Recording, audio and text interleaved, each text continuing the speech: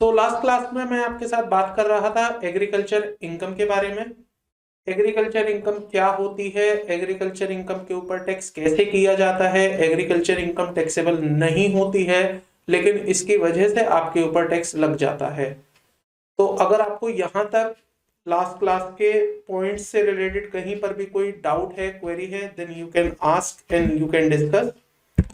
अगर कोई क्वेरी नहीं है then we will start the next concept of this chapter. किसी भी तरह की कोई क्वेरी है आप लोगों की? नहीं, आइएगा फिर।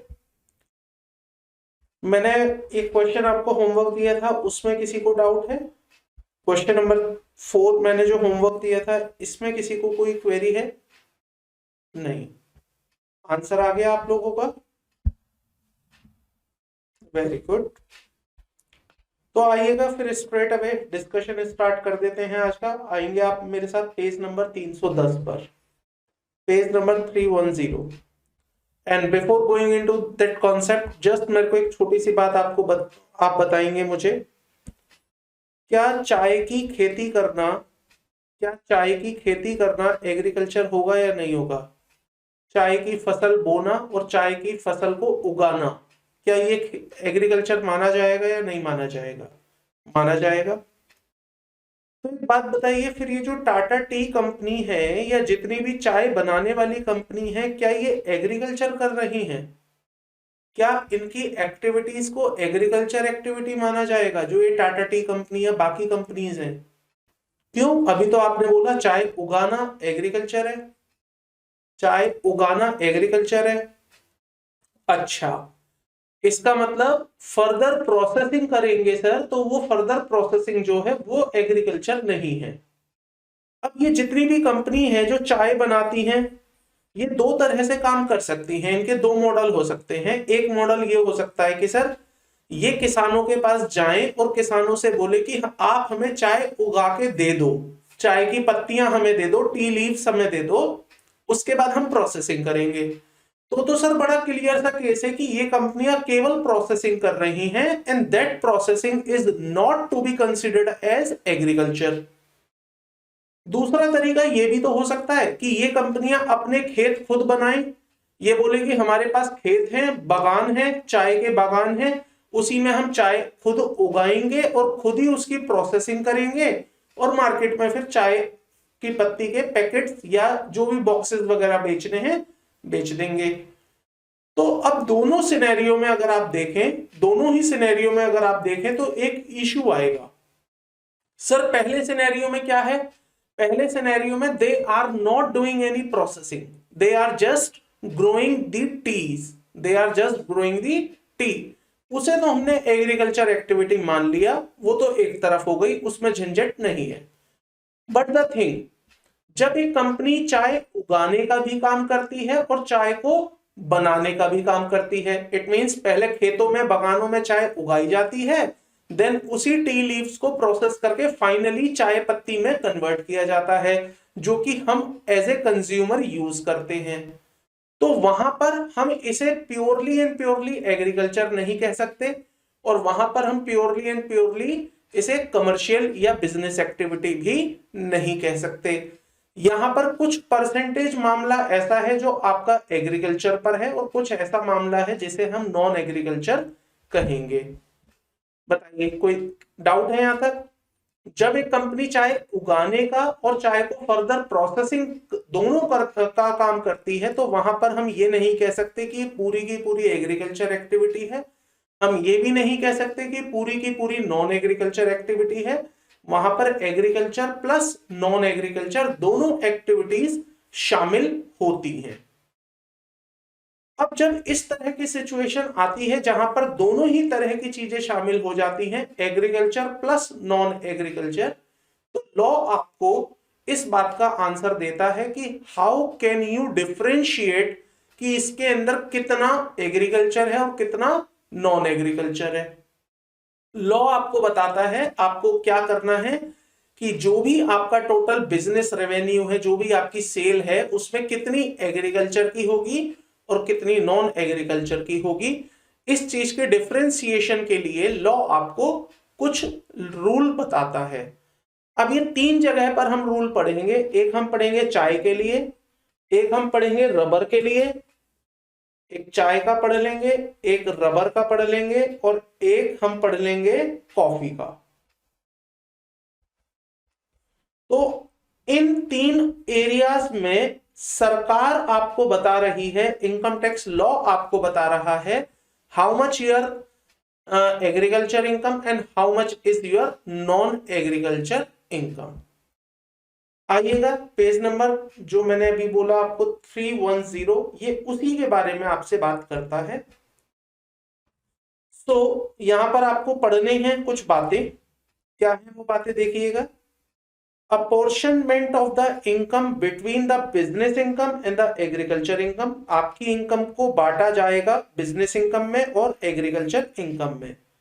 So the treatment of composite income, अगर आपके सामने कभी कंपोजिट इनकम आती है तो आप उसका ट्रीटमेंट कैसे करेंगे, ये सेक्शंस या रूल आपको इस बारे में बातें बताएंगे। Applicability of rule 7, 7A, 7B and 8, total 4 rule हमें पढ़ने हैं। रूल नंबर 7 से स्टार्ट करेंगे कहानी। रूल नंबर 7 क्या कहता है, where an SSC is carrying out both growing as well as manufacturing activity, जब एक एसएससी ग्रोइंग की भी एक्टिविटी कर रहा है और उसको मैन्युफैक्चरिंग की भी एक्टिविटी कर रहा है, मतलब एक साथ कर रहा है वो activities, then income from growing of the crop is considered as agriculture income. तो जो आपकी ग्रोइंग की इनकम है, जिससे आप उगाने वाली इनकम की बात कर रहे हो कि आपने खेती करी और उगाया, वो तो आपकी एग्रीकल्चर इनकम मान लेंगे। And the income from manufacturing is considered as the business income, और जो आपकी मैन्युफैक्चरिंग एक्टिविटी से बिजनेस आई है इनकम, उसे हम आपकी बिजनेस इनकम मानते हुए नॉन एग्रीकल्चर की इनकम मानेंगे, नॉन एग्रीकल्चर इनकम। क्लियर है यहां तक? बताइए कोई डाउट है यहां तक किसी को? अब बात बताइए, अगर मैं आपसे पूछूं एग्रीकल्चर इनकम निकालनी है आपको, तो इनकम कैसे निकालेंगे आप?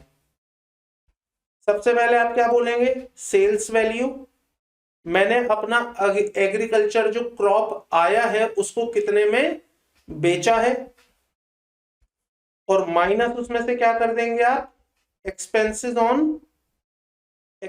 On agriculture produce.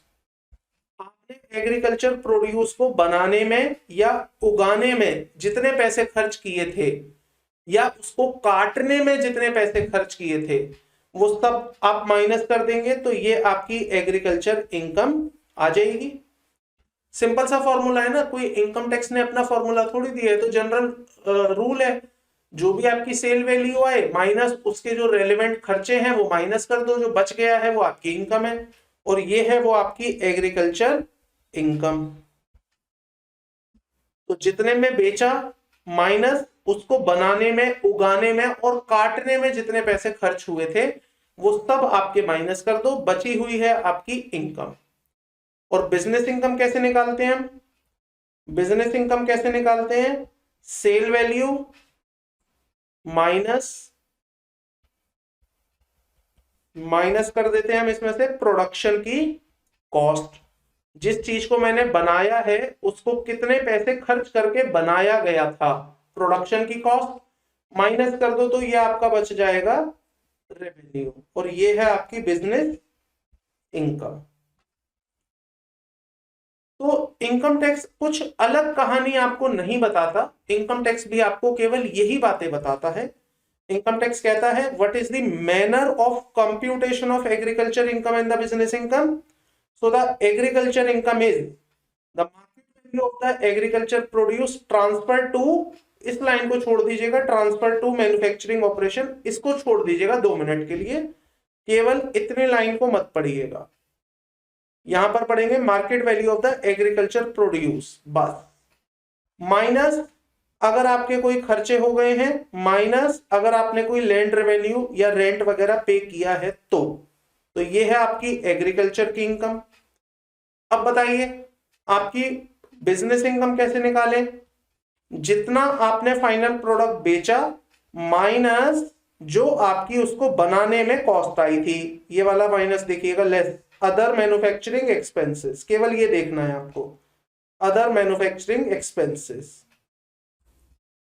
तो ये माइनस कर देंगे तो ये आपकी बच जाएगी बिजनेस इनकम। बताइए यहां तक कोई डाउट है?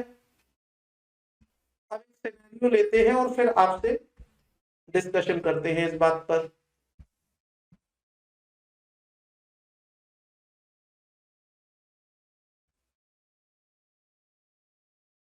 मिस्टर एक्स है जिसका एग्रीकल्चर से क्रॉप आता है।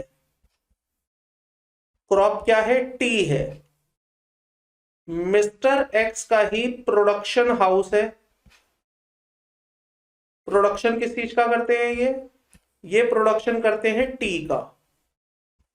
अब टी कैसे करते हैं देखिए, मिस्टर एक्स के अपने ही खेत हैं, ये अपने ही खेत की टी लीव्स, अपने ही खेत से बनाई गई टी लीव्स अपनी फैक्ट्री में ले आते हैं। इनका आउटपुट है और यहां पर ये इनपुट है। अपनी ही फैक्ट्री में लाने के बाद इसको प्रोसेस करते हैं और प्रोसेस करने के बाद इसे मार्केट में बेच देते हैं। लेट अस से एग्जांपल के लिए समझते हैं, केवल यहां पर 5000 किलो टी लीव्स निकाली गई और 5000 किलो में से 3000 किलो टी लीव्स इन्होंने यूज कर ली हैं अपनी फैक्ट्री में फॉर अ फर्दर प्रोसेसिंग। बाकी बची 2000 tea leaves kilo 2000 kilo leaves इन्होंने मार्केट में बेच दी हैं। इन्होंने मार्केट में बेच दी हैं। अब मैं आपसे अगर ये पूछूं, मार्केट में बेचने से जो इन्हें इनकम आई है दैट इज 2 लाख रुपीस। अब मेरा आपसे ये सवाल है, क्या इनकी एग्रीकल्चर इनकम 2 लाख रुपए है या एग्रीकल्चर इनकम और भी होनी चाहिए? क्या मिस्टर एक्स की एग्रीकल्चर इनकम 2 लाख रुपए है या इनकी इनकम और भी होनी चाहिए? सिचुएशन आपके सामने है।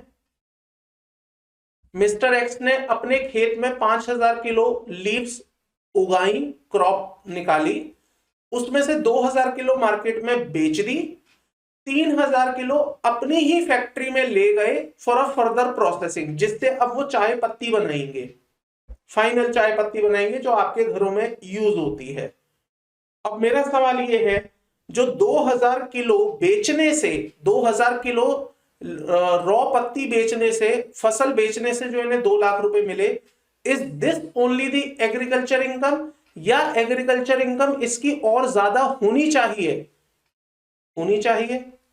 कौन सी वाली इनकम है जो होनी चाहिए? बिल्कुल सही आंसर दिया है पृथल ने। सर जो 3000 किलो पत्ती चली गई है, रॉ लीव्स चली गई है फैक्ट्री में, एक्स इसको बेच सकता था। एक्स इसको बेच सकता था। कितने में बेच सकता था? सिंपल, जब 2000 किलो 2 लाख रुपए में बिक सकती है तो 3000 किलो कितने में बिक सकती थी? 3 लाख रुपए में। Could be cell.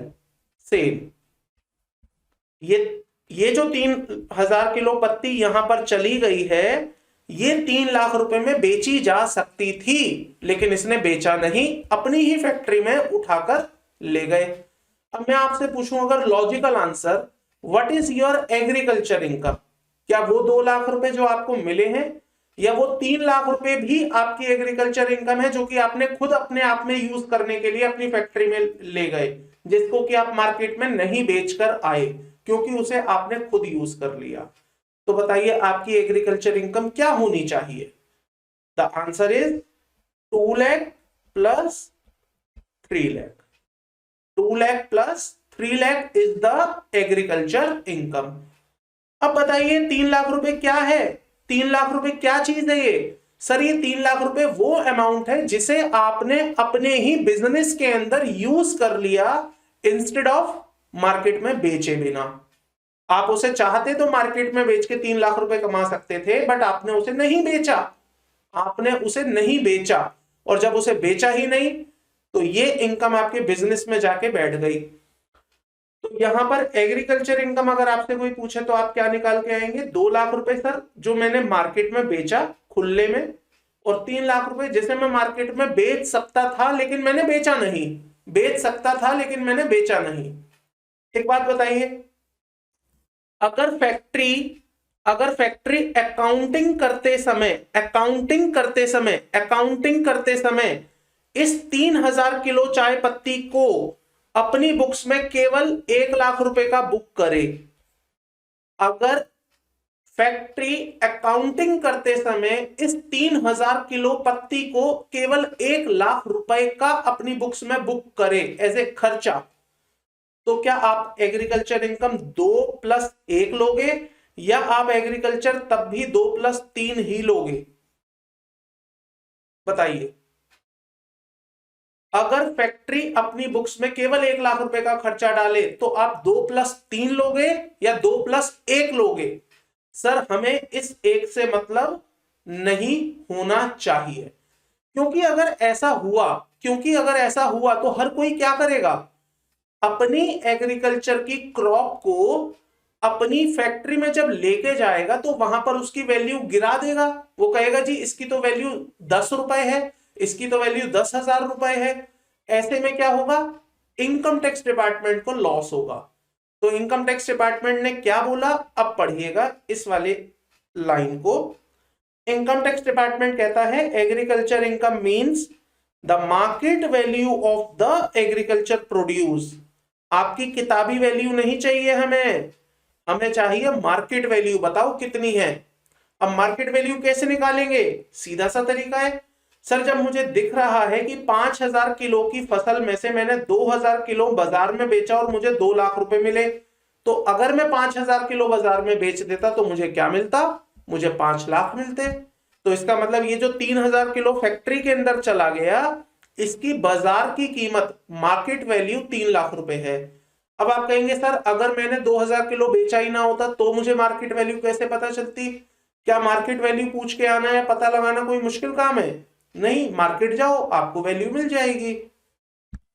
तो यहां पर लॉ कहता है सेल वैल्यू या अकाउंटिंग वैल्यू नहीं चाहिए हमें चाहिए market value of the agriculture produce transfer to manufacturing operation. अब पूरा पढ़ लीजिएगा इस लाइन को। मार्केट वैल्यू चाहिए, किसकी मार्केट वैल्यू चाहिए हमें? मार्केट वैल्यू हमें उस क्वांटिटी की चाहिए, उस प्रोड्यूस की चाहिए which is transferred to manufacturing operations. तो जो आपका प्रोड्यूस ऑपरेशंस में चला गया है, मैन्युफैक्चरिंग ऑपरेशंस में, उसकी मार्केट वैल्यू बताओ कितनी है, और माइनस कर दो कोई अगर आपके खर्चे हैं कल्टीवेशन के, कोई खर्चे हैं अगर आपके लैंड रेवेन्यू के, वो है आपकी इनकम, वो है आपकी इनकम। अब एक बात बताइए, फैक्ट्री के एंगल पर आइए थोड़ा सा। ये जो फैक्ट्री है इसने 3000 किलो अपना ही फसल, अपने द्वारा बनाया गया फसल यूज किया। अगर मान लो ये खेत, इसके अपने खेत, इसको ये 3000 का आउटपुट ना देते तो ये 3000 का आउटपुट कहां से लेके आता? ओपन मार्केट से। ओपन मार्केट से जब लेके आता तो वो इसके लिए क्या बन जाती? Purchase cost. जब ये 3000 किलो मार्केट से लेके आता तो ये इसके लिए क्या बन जाती? Purchase cost.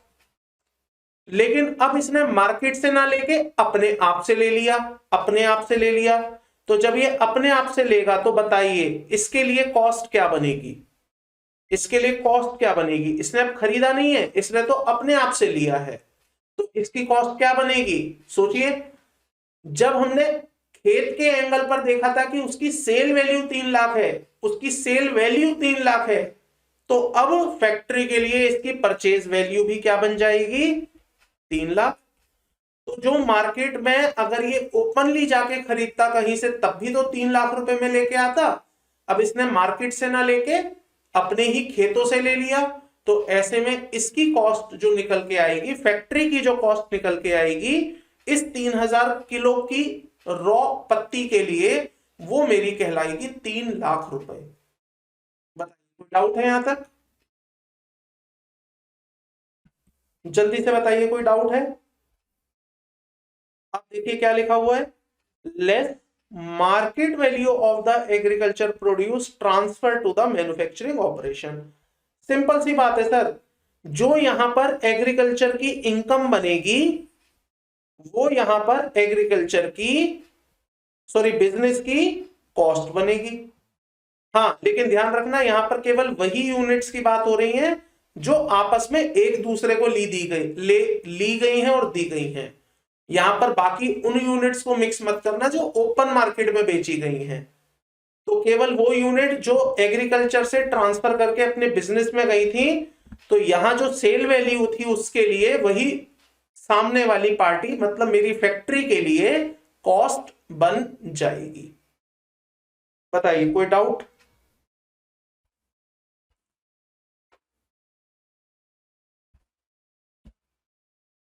yes Aanchal, here the agriculture income will be deducted, not income तो ये है, here the agriculture sale proceed जो मार्केट वैल्यू हमने ली थी वो डिडक्ट की जाएगी।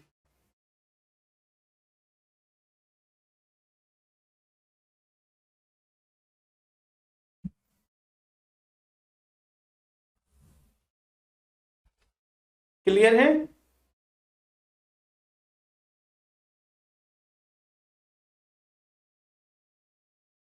आइएगा फिर एक क्वेश्चन है आप लोगों के लिए,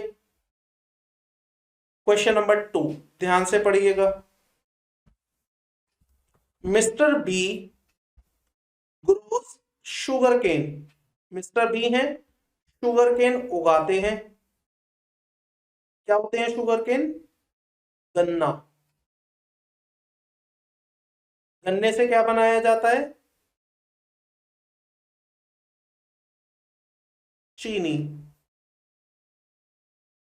तो मिस्टर बी शुगर केन उगाते हैं and uses the same for the purpose of manufacturing sugar. इसी शुगर केन को वो यूज करते हैं शुगर बनाने में। जल्दी से बताएंगे, शुगर केन उगाना एग्रीकल्चर है या नॉन एग्रीकल्चर है? शुगर केन उगाना एग्रीकल्चर है, और शुगर मैन्युफैक्चरिंग करना एग्रीकल्चर है या नॉन एग्रीकल्चर है? नॉन एग्रीकल्चर है।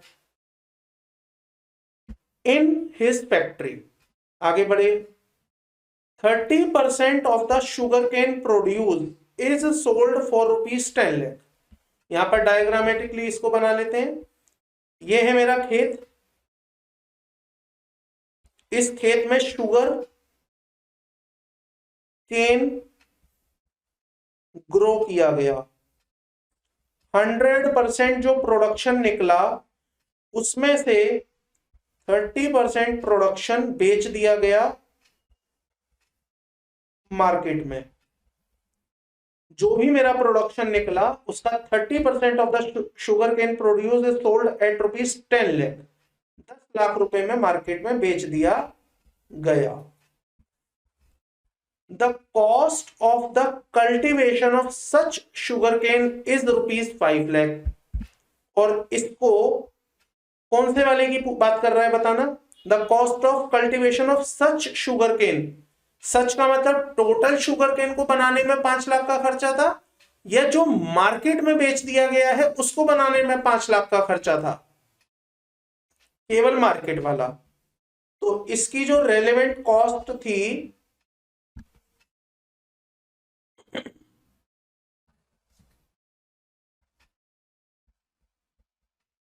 वो 5 लाख थी। ठीक है जी, आगे देखिए, the cost of the cultivation of the balance sugar cane that is 70% वाला इज 14 लाख, और बाकी जो 70% मेरा शुगर केन है इसकी जो कॉस्ट है वो 14 लाख रुपए है। आगे बढ़िए, and the market value of the same is ₹22 lakh, और इसकी मार्केट वैल्यू है 22 लाख रुपए। क्या मैंने इसे बेचा है? 70% वाले को क्या मैंने अभी बेचा है? नहीं सर, बेचा नहीं है, बेचा नहीं है, बट बता दिया है कि इसकी मार्केट वैल्यू इतनी है। आगे बढ़िए, क्वेश्चन में क्या कहता है? आफ्टर इंकरिंग ₹1.5 लाख, नहीं सॉरी, क्वेश्चन में बता भी दिया गया है कि आप इसे यूज करते हैं अपनी मैन्युफैक्चरिंग में। हाँ तो हाँ, क्लियर है, 70% आपने यूज कर लिया है, 30% आपने मार्केट में बेचा है। After incurring 1.5 lakh in the manufacturing process, 1.5 lakh रुपए आपने चीनी बनाने में भी खर्चा कर दिया। On the balance sugar cane, the sugar was sold at ₹25 lakh. अब ये जो 70% आप अपने यहां से गन्ना उठा के ले गए थे अपनी फैक्ट्री में, फैक्ट्री में आपने मशीनें लगाई, मशीनों के अंदर गन्ना डाला, गन्ने से जूस निकाला, उस जूस को सुखाया, प्रोसेस किया और फाइनली आपने चीनी बना दी। इसको मशीन को चलाने में, बाकी चीजें खर्च करने में आपके खर्चे हो गए 1,50,000 के, और आपने फाइनली अपनी जो चीनी थी उसको बेच दिया 25 लाख रुपए में। ये लीजिए, चीनी चली गई है 25 लाख रुपए की। अब क्वेश्चन क्या कहता है? कंप्यूट बीज इनकम। अब आप बताइए बी की इनकम कितनी होगी और एग्रीकल्चर इनकम कितनी होगी। बिजनेस की इनकम और एग्रीकल्चर की इनकम दोनों आपको बतानी है, तो बताएंगे आप मुझे? यहां पर लिखते हैं कंप्यूटेशन ऑफ बीज बिजनेस इनकम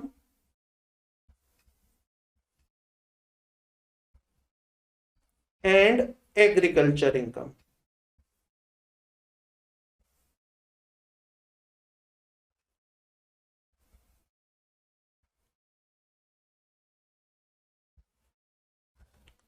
बताइए, बिजनेस से सेल ऑफ शुगर कितने के बेचे हमने? चीनी कितने की बेची हमने?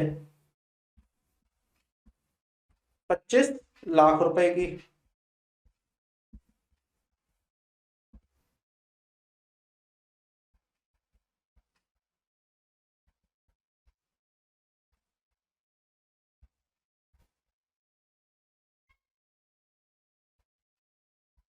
प्रोसेसिंग पे हमने कितना पैसा खर्च किया था?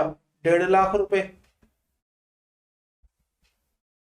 और जो गन्ना हम उठाकर ले आए थे अपनी फैक्ट्री में, खेतों से उठाकर ले आए थे अपनी फैक्ट्री में, जिसे हम मार्केट में बेच सकते थे लेकिन हमने बेचा नहीं, तो वो भी तो मेरे लिए कॉस्ट है, क्योंकि अगर मैं अपने खेतों से ना उठाकर लाता तो मैं बाजार जाके खरीद के लाता।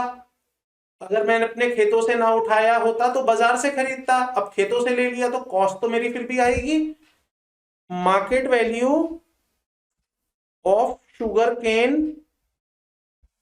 कितना है? मार्केट वैल्यू जो हमने लिया था 70% वाला, 22 लाख रुपए। और कोई खर्चा है बिजनेस की इनकम के लिए? नहीं। तो 25 लाख में से 22 गए 3 और 1.5 चले गए, तो मेरी इनकम रह गई 1.5 लाख रुपए। This is my business income. Clear है?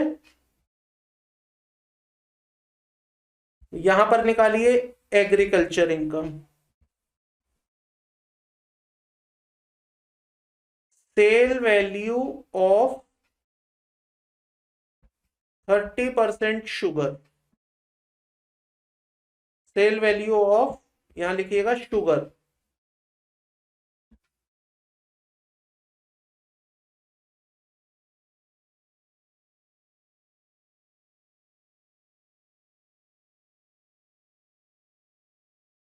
थर्टी परसेंट वाला ओपन मार्केट में बेच दिया और 70% हमने ट्रांसफर कर दिया टू ओन। तो बताइए जो 30% आप मार्केट में बेच के आ गए, वो तो आपने बेचा 10 लाख रुपए में,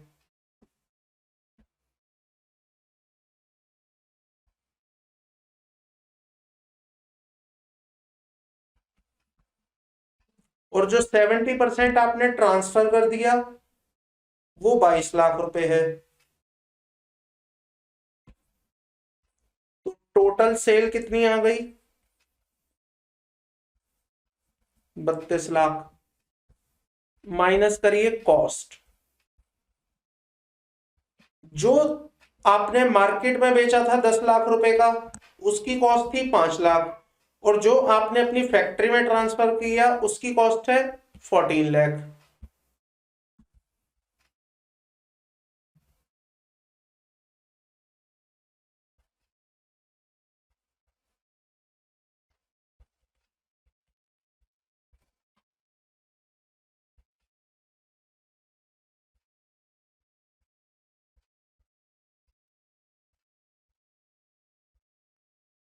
बत्तीस में से 19 गए, कितने बचे? 13 लाख।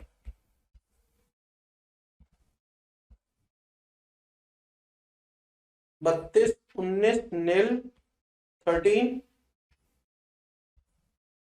ठीक है, बोलिए, समझ आ गई आपको ये बात?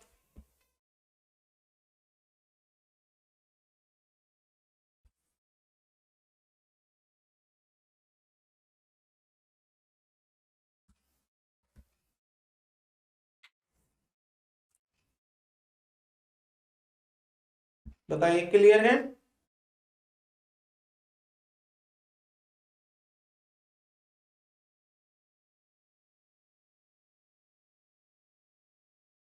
देखिए, रूल 7 क्या कहता है, फिर से एक बार समझ लीजिएगा। रूल नंबर 7 कहता है, just hold on.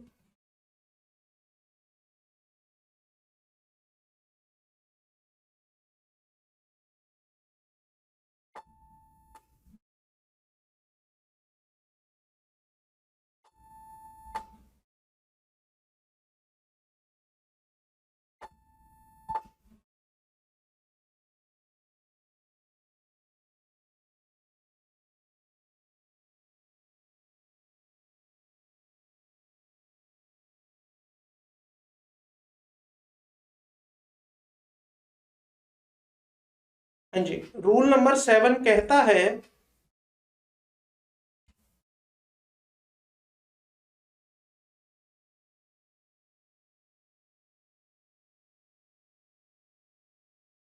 Rule number 7 कहता है कि जब भी आपका एग्रीकल्चर का प्रोड्यूस आपकी मैन्युफैक्चरिंग में जाकर ट्रांसफर किया जाएगा या मैन्युफैक्चरिंग में ट्रांसफर किया जाएगा, तो वहां पर आप जब दोनों का अपॉर्शनमेंट करेंगे, बंटवारा करेंगे, तो ऐसे करेंगे जैसे हमने आपको यहां पर सिखाया है। जब भी आपका एग्रीकल्चर का प्रोड्यूस आपकी नॉन एग्रीकल्चर एक्टिविटी में, आपकी खुद की नॉन एग्रीकल्चर एक्टिविटी में जाएगा, तो आप यहां पर दोनों का बंटवारा, एग्रीकल्चर इनकम और नॉन एग्रीकल्चर इनकम का बंटवारा इस तरह से करेंगे जैसे हमने आपको यहां पर तरीका बताया है। ये है रूल 7, ये है रूल 7, केवल 7। ठीक है, अब आइएगा मेरे साथ नेक्स्ट पेज पर। ये हो गया, ये हो गया। अब नेक्स्ट पेज पर आइएगा। अब हमारे सामने है रूल नंबर 7A। 3 रूल बताऊंगा आपको, एक रूल नंबर 7A, एक रूल नंबर 7B और एक रूल नंबर 8। यहां पर सरकार क्या कहती है कि जब भी रूल नंबर 7A, 7B और रूल नंबर 8 की बातें आएंगी, तो वहां पर आप बंटवारा ऐसे नहीं करेंगे जैसे आपने सीखा था। वहां पर बंटवारा करने के लिए हम आपको बहुत सीधा तरीका बताएंगे कि आपकी जो टोटल इनकम है उसमें इतना परसेंट आपका एग्रीकल्चर है और उतना परसेंट आपका नॉन एग्रीकल्चर है। रूल नंबर 7B आएगा, उसमें भी सरकार कहेगी अगर आपकी एग्रीकल्चर नॉन एग्रीकल्चर दोनों इनकम है तो टोटल इनकम में इतना परसेंट आपका एग्रीकल्चर है और उतना परसेंट आपका नॉन एग्रीकल्चर है। सेम रूल नंबर 8 में भी सरकार यही बोलेगी कि इतना परसेंट आपका एग्रीकल्चर का है और उतना परसेंट आपका नॉन एग्रीकल्चर का है।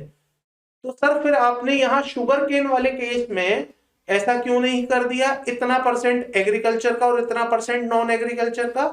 द रीजन, जो रूल नंबर 7A है, 7B है और 8 है, ये एक स्पेसिफिक आइटम के ऊपर एप्लीकेबल होंगे।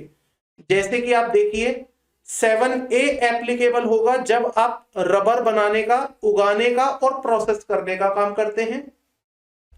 रूल नंबर 7B एप्लीकेबल होगा जब आप कॉफी की बातें करते हैं, और रूल नंबर 8 एप्लीकेबल होगा जब आप चाय की बातें करते हैं।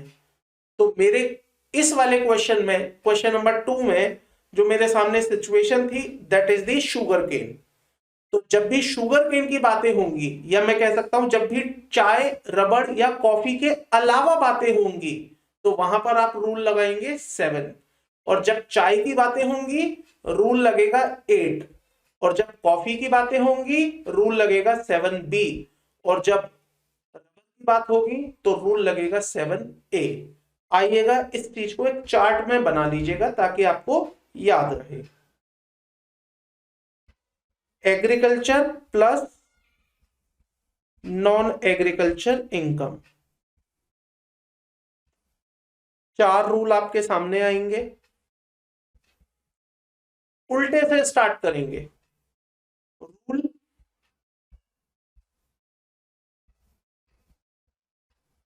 8 किस पर लगेगा? रूल 8 किस पर लगेगा? चाय पर।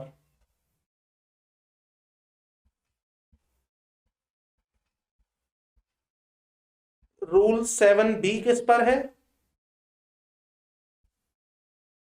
रूल 7B किस पर है? देख लो, कॉफी पर।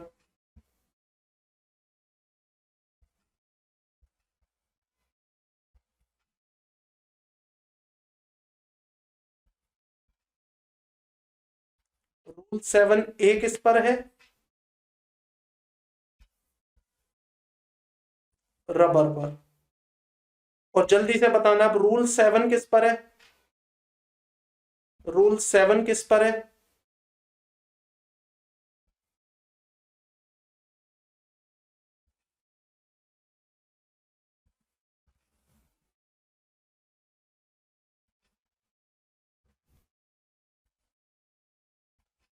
Any other item not covered in rule 7A, 7B and 8।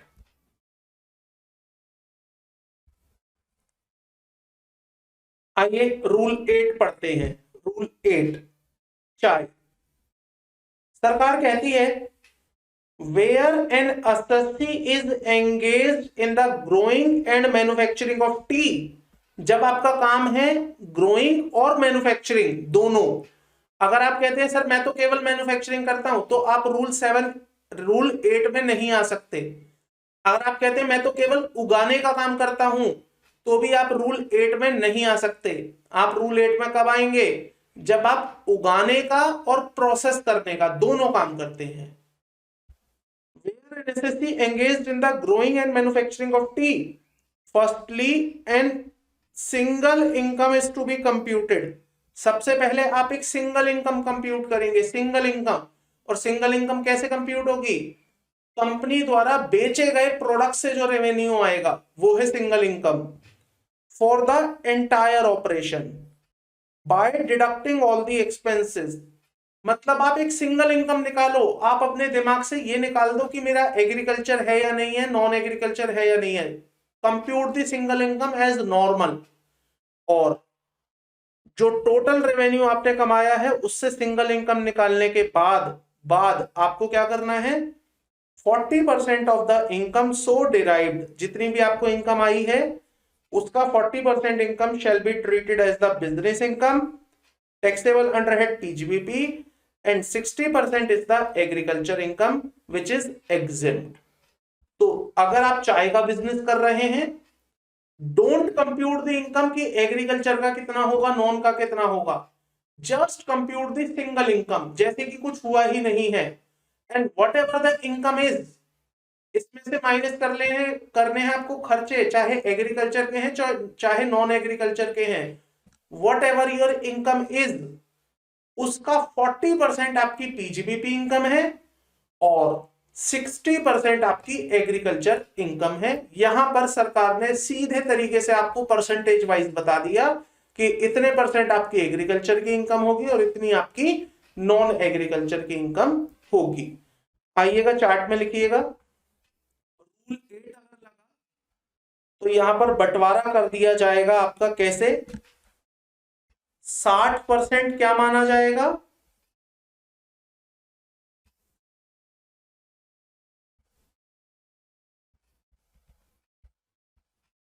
Agriculture, और 40% क्या माना जाएगा, नॉन एग्रीकल्चर पीजीवीपी।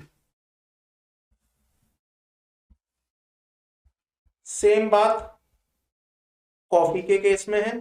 कॉफी के केस में देखिएगा, where an assessee engaged in the growing and manufacturing of coffee, firstly and single income is computed for the entire operations by deducting all the expenses from the total revenue earned.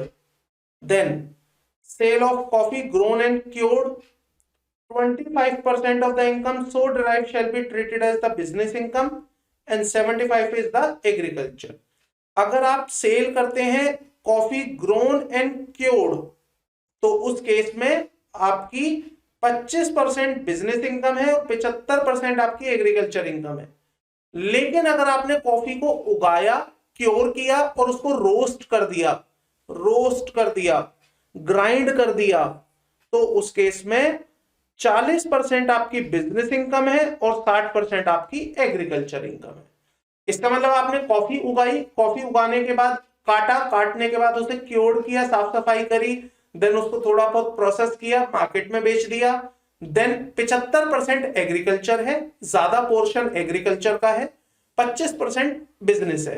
लेकिन अगर आप उसे आप roast करने का भी काम कर रहे हैं, ग्राइंड करने का भी काम कर रहे हैं, तो इसका मतलब आप तो बिजनेस एक्टिविटी ज्यादा कर रहे हैं। तो अब बिजनेस की इनकम थोड़ी सी बढ़ा दी जाएगी, 25 से 40 कर दी जाएगी, और एग्रीकल्चर थोड़ा सा घटा दिया जाएगा, 75 से 60 कर दिया जाएगा। लिखिएगा चार्ट में, कॉफी के केस में दो बातें होंगी,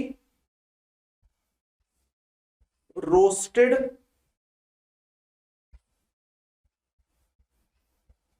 नॉर्मल, रोस्टेड और ग्राइंडेड।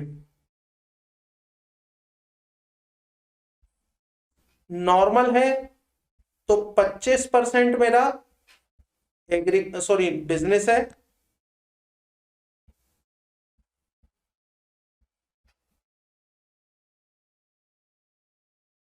और 75% मेरा एग्रीकल्चर है।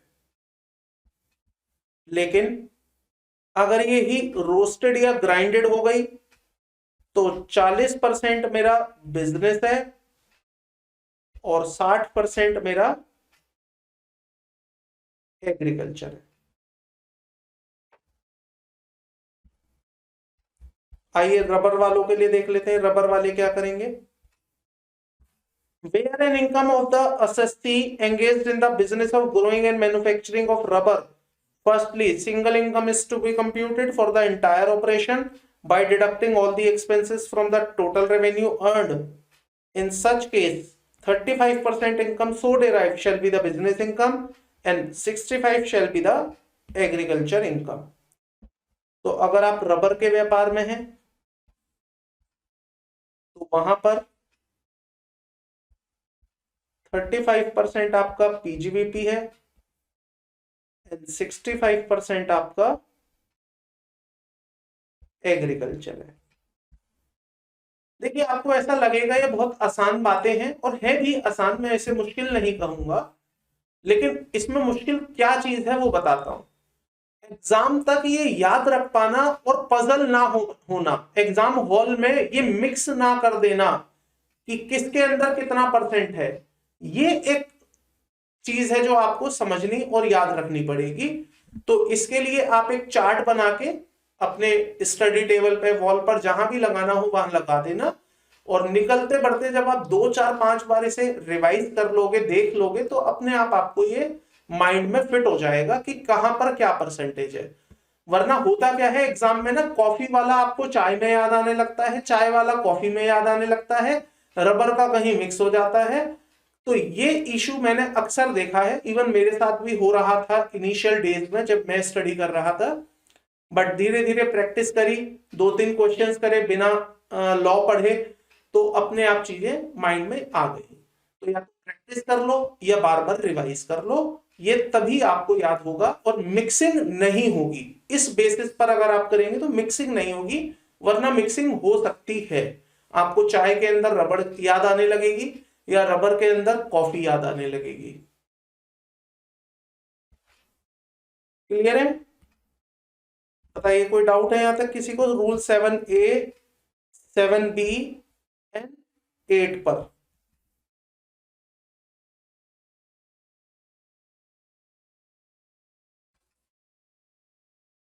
आइए, मैंने इसका एक एनालिसिस और दिया है नीचे। Taxability of salary, interest on capital received by partner from firm earning composite income. तो अगर कोई पार्टनरशिप फर्म है जो एग्रीकल्चर और नॉन एग्रीकल्चर दोनों में इन्वॉल्व है, चाय रबर कॉफी के व्यापार में, तो उसके जो पार्टनर को सैलरी मिलेगी, उसके पार्टनर को जो इनकम मिलेगी, उसके पार्टनर के हाथ में भी वो ऐसे ही ट्रीट किया जाएगा जैसे कि फर्म के हाथ में हो रहा है। तो अगर business carried on by the firm, अगर फर्म अपना बिजनेस कर रही है growing and manufacturing of rubber, तो पार्टनर के हाथ में जो सैलरी जाएगी वो भी 65% एग्रीकल्चर होगी, 35% पीजीवीपी की होगी।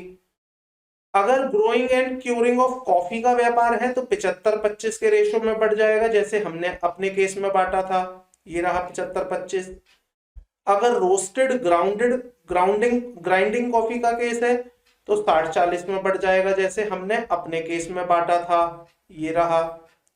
और अगर चाय का व्यापार है तो 60-40 में बढ़ जाएगा, जैसे हमने अपने केस में बांटा था। बताइए, यहां तक कोई डाउट है किसी को?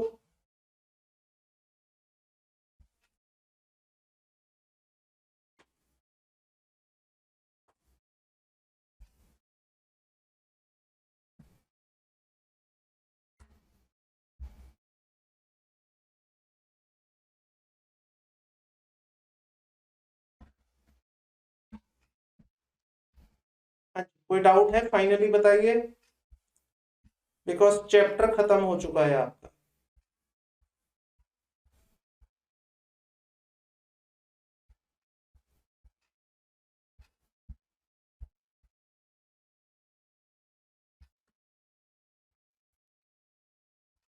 कोई डाउट नहीं है?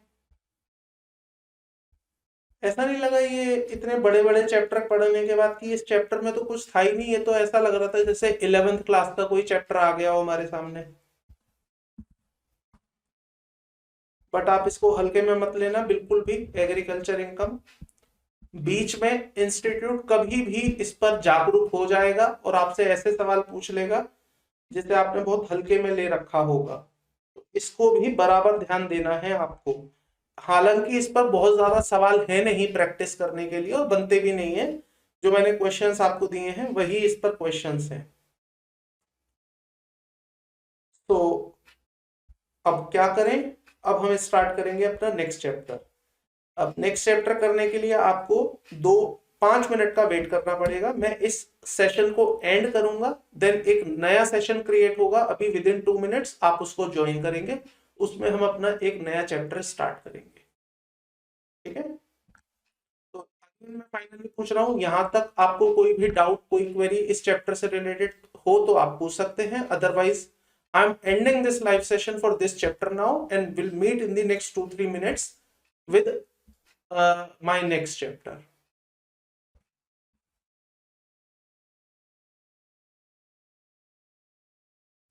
चलिए, कोई क्वेरी नहीं है? चंचल की आ गई है क्वेरी। चैप्टर के कुछ क्वेश्चंस हैं, दैट इज योर होमवर्क। बिल्कुल ऐसे ही क्वेश्चन है चंचल, कुछ अलग नहीं है। मैंने 3 क्वेश्चन अलग मतलब बना रखे थे। एक क्वेश्चन नंबर 6 के बेसिस पर आपका होमवर्क है, वो अलग से मैं आपको शेयर करूंगा। एक जो मैंने क्वेश्चन नंबर 2 आपको कराया शुगर केन वाला, इसका एक क्वेश्चन है, और एक मेरा नॉर्मल क्वेश्चन है जैसे क्वेश्चन नंबर 3 था। तो वो मैं पीडीएफ आपको होमवर्क के लिए सेंड कर दूंगा, आप उसको होमवर्क में ट्राई करेंगे। एंड सॉल्यूशंस भी वहां दे रखे हैं मैंने, ठीक है। चलिए नेक्स्ट चैप्टर हम कौन सा करने वाले हैं, बताइए नेक्स्ट चैप्टर हम कौन सा करने वाले हैं। ऑप्शंस में देता हूं आपको, आप बताएंगे आपकी चॉइस क्या है। वैसे मैं कराऊंगा तो मैं वही जो मैंने सोचा है, but options are with you. Deductions,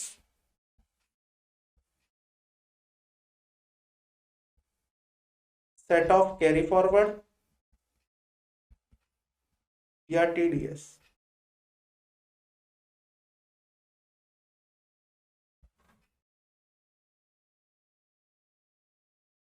कोई भी चॉइस नहीं है सर, कोई सा भी करा दो।